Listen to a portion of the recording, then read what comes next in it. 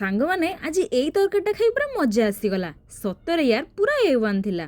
Recipe जानिबा को चाहुतिले एई process को पूरा मन ध्यान देई सुनंतु आउ देखंतु आउ बनै सारिला परे हाथ गोड़ मुह धोई बसी जांतु चाखिबाकू। एबे मु फ्रेश पालंग शाग को पूरा कुनमुन करी काटी नेबी। छोट छोट करी काटंतु किंबा बड़ बड़ तरकारी रे दउ दउ तो एटा पूरा सरमरे लाजै जिवो। हो छाड़ंतु एबे परिबा भितरु टिके बड़ बड़ करी आलू को काटी नेला परे बाइगण आ खंब आलू को भी एमिति बड़ बड़ क्यूब साइज रे काटी नेबी। आपण मानको पसंद थिबा परिबा जेमिति कि बोईताळू सारुकु भी मध्य एही जगह रे आपण माने यूज करि परिबे। ता सह आहुरी मध्य मु एठी हरड़ डाली अधा गिना आ बूट डाली को भी मध्य आगुरु भिजेई की रखि देइथिली। एबे गोटे प्रेशर कुकर नै सेथिरे बतुरई रखिथिबा दुई प्रकार डाली आ परिबा सबकु देई स्वाद अनुसार लूण सह आउ 2 गिना पानी देई 4टा हुइसेल आसीबा जाय सिझेइबा। आउ आमे समस्त तो जानिछु पालंग सागरे थिबा आयरन कैल्शियम आ फाइबर को जहा आम शरीर को रक्तहीनता हाड़ मजबूत सहित हजम प्रक्रिया को मध्य इजी करई थाए। आउ एइटा जेहेतु गोटे सीजनल वेजिटेबल भितरे जीवो तेबे निश्चित याकू निजे खाइबा सहित निज फैमिली मेंबर्स को भी खुआंतु। एबे कड़ई थोई सेथिरे दबा 2 रु 3 बड़ चामच रिफाइन तेल जगह आपण सोरिष तेल को भी यूज करि परिबे। आउ सेथिरे किछि गोटा जीरा को देई फुटेइला परे चुनमुन गोटा पियाज को सेथिरे देई गोल्डन हबा जाय भाजंतु आउ भाजी चलंतु। भाजु देखिबे पियाज भाजी की हल्का गोल्डन ब्राउन हे जिवो।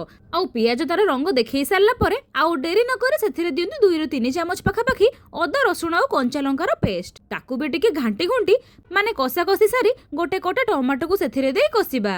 आउ कसिबा टाइम रे हळदी गुंड लंका गुंड अल्प टिके लूण धनिया गुंड आउ भजा जीरा गुंड को देई आउ टिके कसिबा। सेथिरे अल्प अल्प करी गरम पानी देई भलरे कसिबा।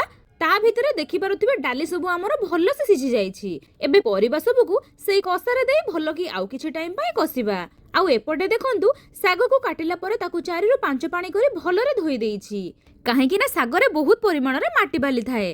सेथिपाई ताकू प्रथमे भल्लो की धोई आमे परिबा उपरे दबा। आउ एबे ता उपरे स्वाद अनुसार लूण दबा एवं ताकू नो गोळे कवर देई ताकू 2 मिनिट सेमिति ही छाड़िबा। आउ 2 मिनिट पर निजे देखंतु सागटी हमर केमिति पानी छाड़ी पूरा नरम हे जाईछि। ताकू एमिति ही आउ 2-3 मिनिट कसिला परे सेथिरे गरम मसला को देई तळ ऊपर करी गोळै देला परे रेडी हे जिवो हमर अति स्वादिया पालंग सागर ए स्वादिष्ट तरकारीटी। गरम गरम भात हो रुटी हो कि पखाळ पूरा गरम गरम ए तरकारी रे पूरा जमी जिवो। आउ खाली लुक्स रु ही जानि पारुथिबे टेस्ट केमिति हेइथिबो। मु भाबुची आउ समय नष्ट न करी मार्केट रो पालंग साग आनी ताकू एमिति ही डाली देई घांटो प्रिपेयर करी खांतु। स्वाद न भूली हेउथिबा भली रेसिपीटीए। आउ आलू भी देखि पारुथिबा हमर एठी केमिति पूरा जबरदस्त ढंगरे सिझी जाईछि। हौ भिडियोटी को कोउठु देखुचंदी निश्चित जणैबे हैला। भिडियोटी भल लागिले आपनकर प्रियजनक सह शेयर करबा को जमारु भूलिबेनी। आपनक कमेंट अपेक्षा रे रहिली मु हैला। एते जाय भिडियो देखुथिबारो धन्यवाद।